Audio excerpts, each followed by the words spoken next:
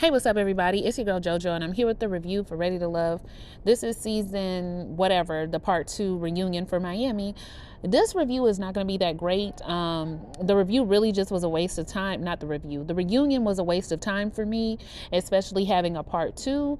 I don't think I have a lot of positive things to say, so I'm just going to try to get this review done and out the way. It is Saturday night, and I'm out of town, so I'm just hoping that I can get it all done and watched tonight and get it completed, so that I won't have to do it early on Sunday. Hope you guys are doing good today. I know I started off with my BS. Let me stop.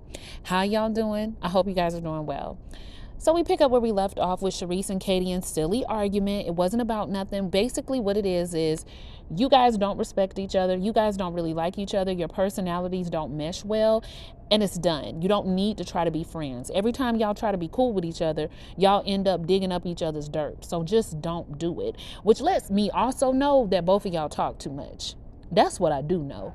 But Katie is trying to explain to herself like she is tired of having to get defensive with people who are being fake and phony. Like Sharice will only tell what other people did, not how she participated in the conversation, which is probably true. You guys, I'm at the hotel. I'm out of town. Like I don't know if I said that or not. So you might hear people laughing in the background. I'm inside the courtyard at the hotel. So, you know, they having a good time, but we not together. So excuse them. But yeah, it was just a very silly and baseless argument. I don't understand why they were just sitting there going back and forth. Kayla tried to jump in it, to which Katie was just like, Kayla, don't try to jump in it. Don't try to defend anybody, which I don't think Kayla was necessarily defending anybody. I think she was just trying to calm it down. And then once they get everything settled down, Kayla starts crying, saying like, why can't black women just be cool? Like, it's always black women, you know, it's just it's always, girl, save those crocodile tears for somebody who wants to see them. While I do understand where Kayla is coming from, I don't want to see black women arguing all the time either. I don't want to see us getting into it. I don't want to see us acting out of character. But this is reality television. If you don't want to see black women arguing, don't watch it.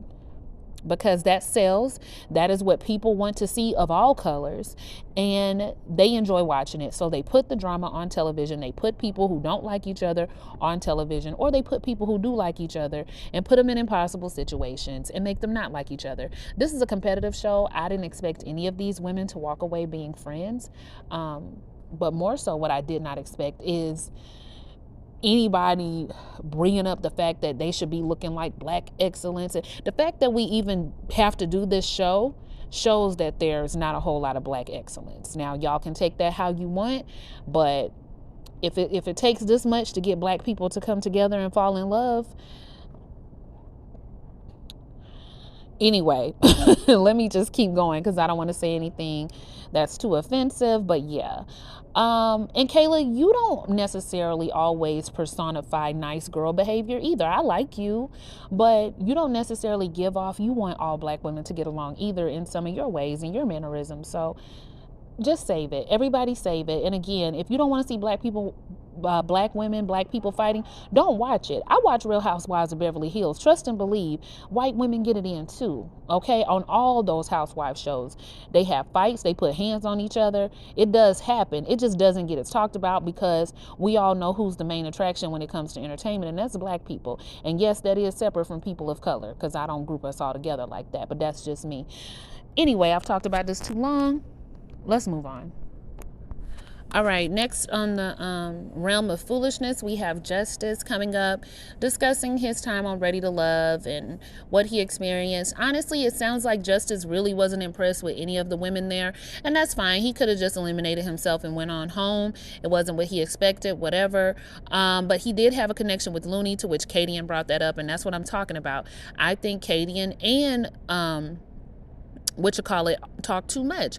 Kadian's always inserting herself in things that don't really concern her, but then if somebody turns up on her, she getting surprised like, well, why are you talking to me like that? I was just asking a question. The question don't really have nothing to do with you. She was doing it backstage and now she's doing it on stage. And so when she brought up, I hate having to get defensive all the time. Well, you and Sharice are the two people who got into it the most with everybody on the show. So eventually we need to start looking at the common denominator. And so maybe the reason why both of you don't get along is because y'all exude qualities out of one another that are present in the both of you, but you can't see them until the mirror is held up to you and see your own reflection. But that's okay, whatever. Anyway, when she asked the question, he does kind of talk about him and Looney.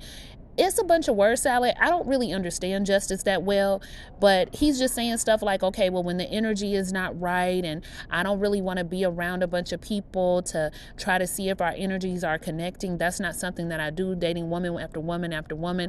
I need a chance to feel your vibe. With Looney, the vibe was there, yes, but sometimes you have to pull away to see if that connection is actually strong.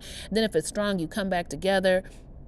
This is all fine and well and will probably work for a very young woman. But if you want to date grown adult women who are dating intentionally, we don't have time for the pulling away and coming back together. We don't, that's the fade out and coming back. That's for the young people. We're not doing it. And you don't really have the opportunity to date a younger woman because you don't like to spend that money. And one thing I know about the young girls today is they not playing about that check. So if you're not spending no money, you're not really going to get a lot of their time. So I'm not really sure what Justice is trying to pull off. Kadian ends up saying that she understands where Justice is coming from. Kadian's a liar because her facial expressions during the time that he was speaking wasn't showing understanding. It was showing confusion. I think she likes to agree with the men sometimes to look cool, and it doesn't make her look any cooler. It just makes her look pathetic, and we can just move on from it. But if anybody does think they understand what Justice is saying, you're more than welcome to explain it in the comments section. But I just think he's just one of those people who don't want to commit too fast. He would like to be friends first, and like I said, that's all fine and well. You can do that, but there still needs to be a time limit placed on it. And as long as you're okay with that woman dating other people while you decide to be her friend, and if another man steps up to the plate and decides that what she's given is enough, don't be mad. That's cool with me. That's also, but remember, Justice is also the one that said he don't want his woman that he's interested in dating other people. So it sounds like he wants all of the cake, the pie. He wants to eat it. He wants to throw it in his face. He wants to mush his face in it. He wants to throw it around the room at other people. He wants the wedding cake, the pound cake, the lemon cake. He wants all the cake, and he also wants to eat it too. And we don't have time for it. Looney ends up leaving because she doesn't want to sit there and listen to that. And I was really upset that Looney even let him back in when he came out there and apologized and gave her a hug and said that he would like to still be friends. He doesn't want to be blocked, and he wants to try to see all this energy and vibes and connection. I'm not falling for it, okay? Do that with somebody else, or just do a polyamorous relationship. If you need all them vibes and energy, just try to see if you can do that. But something tells me you wouldn't be good at satisfying multiple women. And I ain't talking about sex, but let's just move on. These people make me tired. What do you guys want to talk about next? Oh goodness, Samson has a girlfriend now that he met down to the church. Okay, spoiler alert. But during his section, we find that out at the end. Him and Sharice go back and forth about their connection. Sharice is saying that she really just wanted to be claimed by Samson. She wasn't getting that out of him. She wasn't getting any type of proclamation. He wasn't making it clear to his other connections how he felt about her, and she wanted that. He's saying that no man really did that during the process. It shouldn't matter if I claim you to the other ladies. What should matter is the time. Who's getting the time? Well, according to Sharice, everybody was getting the time. Everybody was getting the gifts. I got to hear about you in the ladies' lounge, and he was like, yeah, but the things you heard about me were good. The things I was hearing about you were bad, and I was willing to ignore all of that, and still, it really doesn't matter. Both of you were hearing things about each other that regarded y'all dealing with and being with other people. You handled it one way, she handled it another. But I will say the consensus amongst the stage, other than by Shakira, was that nothing was really moving forward with Samson. It all seemed to be very surface level. So that was very common. Him and Sharice just continue to go back and forth, and Mike made a good point. You know, Sharice has a standard for how she wants to be hunted, and Samson has a standard for how he wants to chase. They're not aligning together, and they didn't align together from the very beginning because Sharice isn't going to chase anybody, and Samson stated that that was something that he wanted. He wanted that reciprocal action as far as the chase goes. I don't think that he ever really liked Sharice. I think Sharice is just who he zeroed in on once the other ladies realized that it wasn't moving forward and they weren't interested in him. That really was his only option, was Sharice, but he was still going to try to play the background and talk to some of the other ladies just in case he might have a chance. I don't even know if Sharice truly liked him or not. It seemed like she might have, but I'm not really sure. Either way, he does reveal that he has a girlfriend now and they're not in those dealings with one another, but the whole time Samson was just making it seem like everything that Sharice was asking for was just absolutely ludicrous, and Sharice was just grasping at straws. It actually was kind of sad to watch. What did y'all think about that? Whatever. Moving forward. Katie and Swayze have a cute little segment. They're of course together. Now I wonder if they filmed us out of order, because Looney was definitely wrapped up around Justice on this part, and I'm trying to figure out, was this before or after he embarrassed you, girl? But Justice just don't seem into her. Even the way he's sitting there while she's wrapped around him, he almost leaning to the left, girl, like, honey, the writing is on the wall. But anyway, the whole Swayze dating black women conversation comes up, and we've talked about this before, so I'm going to clear the air here. I was very wrong when I said that he did not date them. It had just been a while since he had dated one exclusively, because he was dating everybody, he said. So he said that, he dated only black women up until the time he got to college, which, child, don't nobody care who y'all dating in high school. I just want to put that out there. I really don't. I mean, I feel like, who is even really exclusively dating in high school? But that's just me. I don't even count that. Those are your childhood friends. But he did that. He got to college. He dated everybody. He dated the rainbow. He wasn't really exclusive to anybody. He was just dating. I think his child's mother is black, but he was just dating. He was with her, the child's mother, for 3 or 4 years. So he feels like every time a black man wants to date outside of his culture, he gets frowned upon. And I really like that Looney brought up, it's not so much about you dating outside of your race, it's about the exclusion. Having a preference for something is not that big of a deal.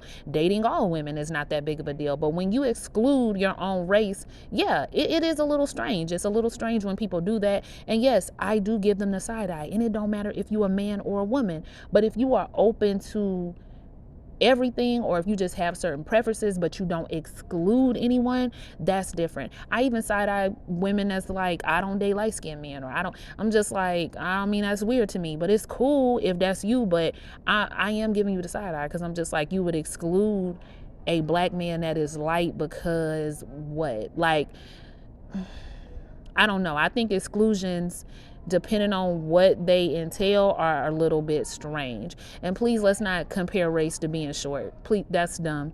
Please don't be dumb on this channel today. I really don't have time. Well, what if I said, well, you didn't want to date short men? I want to date a white woman, but y'all don't want to date short men. Your height and your actual race are... Anyway, you guys, let's just... I'm sorry, you guys. This reunion is stupid. But Katie says she feels very strongly about Swayze. She even calls him her soulmate, and he says it's a ditto for him. He feels the same. So that's cute. They glad they got the tough stuff out the way, because they did have a rocky start. But moving on. Let's be clear, Randall is neither cute enough nor emotionally intelligent enough to evoke this kind of emotion out of you ladies. Make better decisions, please.